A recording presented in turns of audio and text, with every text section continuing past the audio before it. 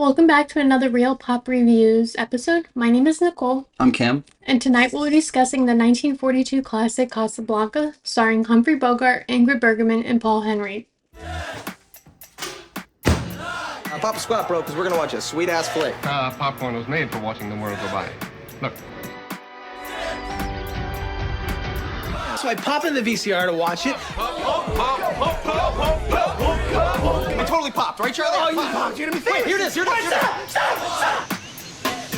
This film won Best Picture, Best Director, and Best Screenplay. The film was directed by Michael Curtiz, who was also known for directing Four Daughters as well as The Adventures of Robin Hood, both directed in 1938. He had a very thick Hungarian accent, so it made it difficult for actors to understand what he was saying most of the time. For the best achievement in directing, Michael Curtiz, Casablanca. Ladies and gentlemen, I thank you and I'm humbly grateful. Most of all, I am grateful for the 30-second time limit. I thank you. The release of the movie was originally scheduled for 1943, but it was hurried in November of 42 to coincide with the Allied invasion of North Africa and the real-life Casablanca. And the worldwide release was 2 months later, in early 43, to coincide with the summit between Churchill and Roosevelt. Many of the actors that played the Nazis in the film were actually Jewish refugees. We usually try not to spoil the ends of the movies, but this one is so iconic and has been referenced in so many things, and it's the literal "you're getting on that plane" scene. So I think we can say that at the end of the movie, a plane is boarded by one or more characters, and the plane that you see in that scene is a cardboard cutout. This was a major studio, Warner Brothers. You may have heard of them. And the scene was shot at Van Nuys Airport, so they got a real airport locked down to shoot the thing, but they couldn't get an actual plane. They just had to throw a piece of cardboard up there. They MacGyvered the set, basically. A lot of the film, you'll see a lot of basically recycled material on the set. That's because they had such a small budget, they couldn't afford new material. And plus, this was going on during the World War II, so it was even more of a struggle. Obviously, before the U.S. was involved, but world wars tend to have far-reaching effects, even for those who are trying to remain neutral. Who do you think will win the war? I haven't the slightest idea. Rick is completely neutral about everything, and that takes in the field of women, too. To make Bogart appear taller than Ingrid Bergman, they oftentimes would have him stand on various objects, or when they were sitting, they would have him sit on a cushion to make himself appear taller than her. In the film, Casablanca is kind of a no man's land between French and German occupied territory. And the people there are waiting to get out. They're waiting for kind of the immigration system to turn its wheels. They're waiting for these letters of transit to escape. Early in the film, we're introduced to a gentleman who has stolen these letters of transit. Cannot be rescinded, not even questioned. One moment. Tonight I'll be selling those for more money than even I have ever dreamed of. And then, adio Casablanca. And you may recognize his voice from Robin Williams' impression of him in the dungeon in Aladdin. He's the creepy old drippy guy who kind of talks like this. That's Peter Lorre. Mm-hmm. My touch tone to him is a child's cartoon from the 90s. I can't bring people back from the dead. It's not a pretty picture. I don't like doing it. He's stolen these letters of transit, and he's punished for that, but they end up in Rick's possession, and he's then forced to make a difficult decision with those letters of transit after an old love comes back into his life. Obviously, Ingrid Bergman. There was another love interest earlier in the movie who Rick did not seem to be that into. I do not believe that actress, her name made them poster over here. No, unless she's Sydney Greenstreet, and I believe that's a gentleman's name. Yeah, Sidney Greenstreet was notorious for playing a lot of like heavyweight actors. He always played a guy who always had this tough exterior, but inside he had this like tiny bit of like charm in him. He also was in the Maltese Falcon with Humphrey Bogart, and also in that film they play well off of each other. One says one thing and the other one says another thing, and they keep coming at each other, but like in a classy way. Sidney Greenstreet was a pivotal character actor as well. I should also mention, as well as Peter Lorre. They brought their own distinctive talents to each film role that they played in, and I thoroughly enjoyed every single one of these character actors in the film. And this is the first one we watched in this little series of reviews we've done with an actual meaningful, meaty role for a person of color.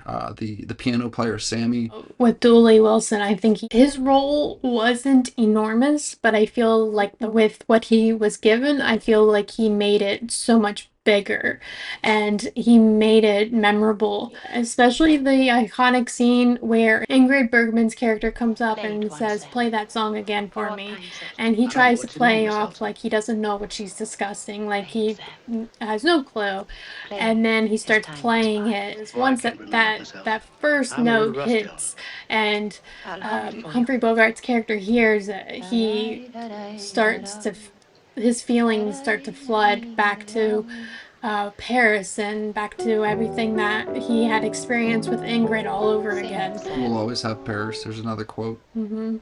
Maybe the most iconic legacy of this movie is the score.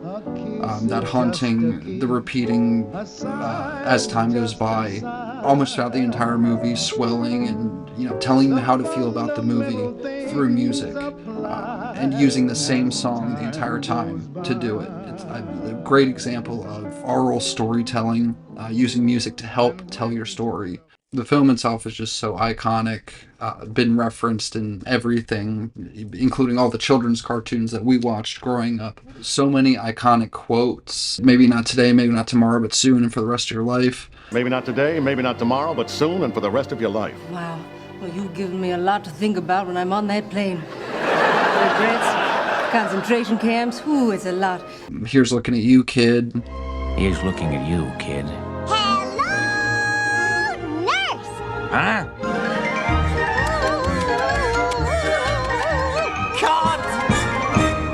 What are some other ones? This is the beginning of a beautiful friendship. I think this could be the start of a beautiful friendship. Look out, Rick! He's packing heat!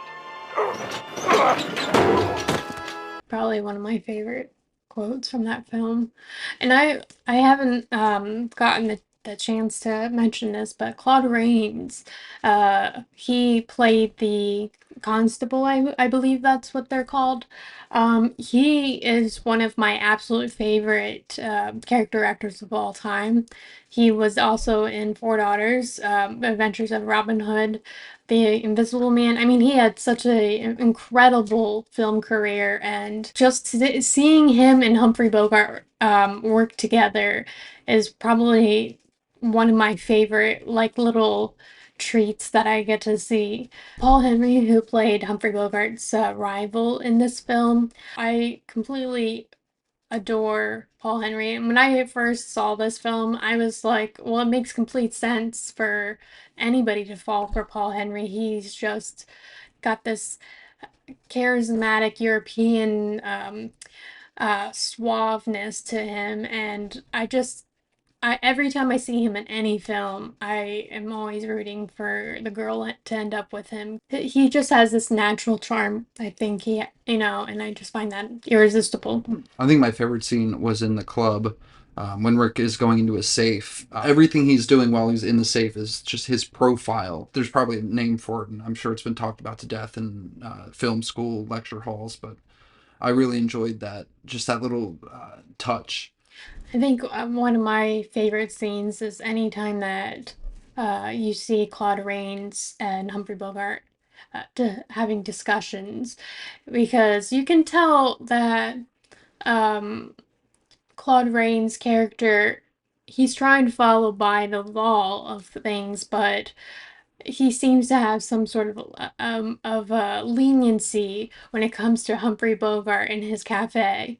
He has, these strict rules for all these other people, and once it comes towards the end of the film, again, I don't I don't want to reveal or spoil anything here, but you can see that they start to build this kinship between each other more so than they did in the beginning of the film, I think. For all of the impact on film history, on television history, on the zeitgeist of alternative comedy, even. Jackie Gleason in Casablanca. You're getting on that plane with Vic Laszlo! Oh, you're getting on that plane, all right! And I know that, you know that, I know that you're getting on that plane! If you had asked me to review this film 10 years ago, I might not have given it as great of a score, but now that I've matured and understand this film a lot better than I used to, I would easily give it 4.5 out of 5 stars. A lot of people probably have seen this movie before. They've seen, the parodies of it and home movies, Brendan Small, just to name one example. Of all the places, the joints that you walk into mine, didn't you? I sure did. I've come to a decision, Lottie. Yes? Look, I've been doing a lot of thinking, and I think you gotta get out of here. You gotta take Mitch with you. You gotta leave. You gotta split, see? No, Brendan, That's no. the way it's gotta be. Say it isn't so. I'm giving you these letters of transit. I want to stay here with letters you, of transit, Brendan. letters of transit. Take them. It's like people who saw Spaceballs. This is also me, before they saw Star Wars.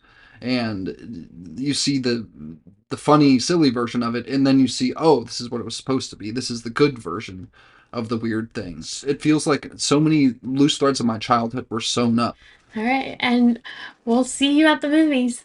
Bye. I love you just the way I'd throw it all away. I love you just the way you are. Ah, that hurts. Hurts so good.